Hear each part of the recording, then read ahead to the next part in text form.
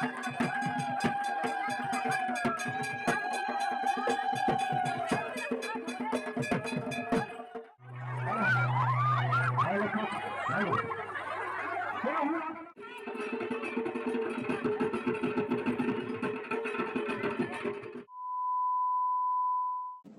Morning everyone. সকাল সকাল আমরা রেডি হয়ে বেরিয়ে পড়েছি আমাদের গ্রামের পুজো মণ্ডপের উদ্দেশ্যে।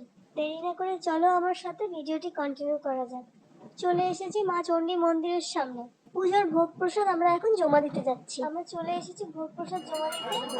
এখানে কয়েকজন বসে আছে যারা ভোগ প্রসাদ এবং দক্ষিণা জমা নিচ্ছে। ধূপকাঠি এবং ফুল আলাদা করে রাখা হচ্ছে এবং ফল এবং মিষ্টি আলাদা করে একটি প্যাকেটের মধ্যে ভরে সেখানে নাম লিখে রাখা হচ্ছে যাতে পরে চিনতে অসুবিধা না হয়।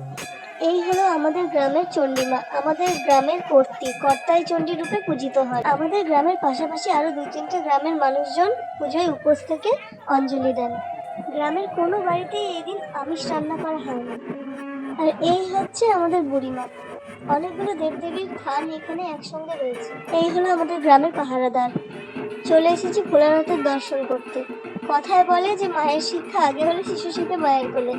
তার জ্বলন্ত উদাহরণ এখানে প্রমাণ পাওয়া গেল। মা যেমন করছে বাচ্চাটি তার সাথে সাথে দেখুন কেমনই করছে। আপনারাও একটু ভোলানাথের দর্শন করে নিন। এই হচ্ছে আমাদের ভোলানাথ।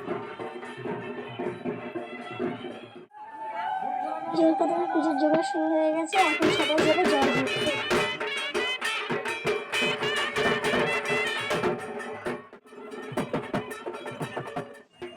আর কিছুক্ষণ পর অঞ্জলি শুরু হয়ে যাবে, সেই জন্য সবাই এখানে ভিড় করে দাঁড়িয়ে আছে অঞ্জলি দেওয়ার জন্য। দেখতেই পাচ্ছ কত ঠেলাঠেলি করে অঞ্জলি দিতে ঢুকতে হচ্ছে। প্রথম দুবার তো অঞ্জলি দিতে ঢুকতেই পারলাম না ভিড়ের জন্য।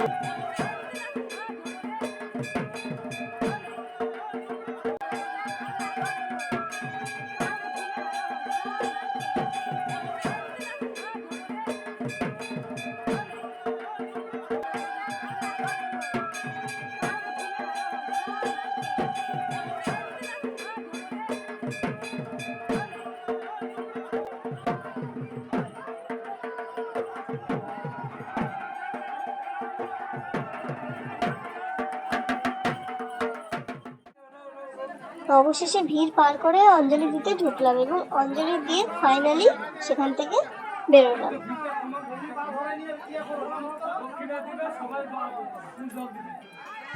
অঞ্জলি দিয়ে বেরিয়ে আসলাম। এখন আমি যাব বাড়িতে এবং পরে বিকালবেলা ভোগ নিতে আসবো।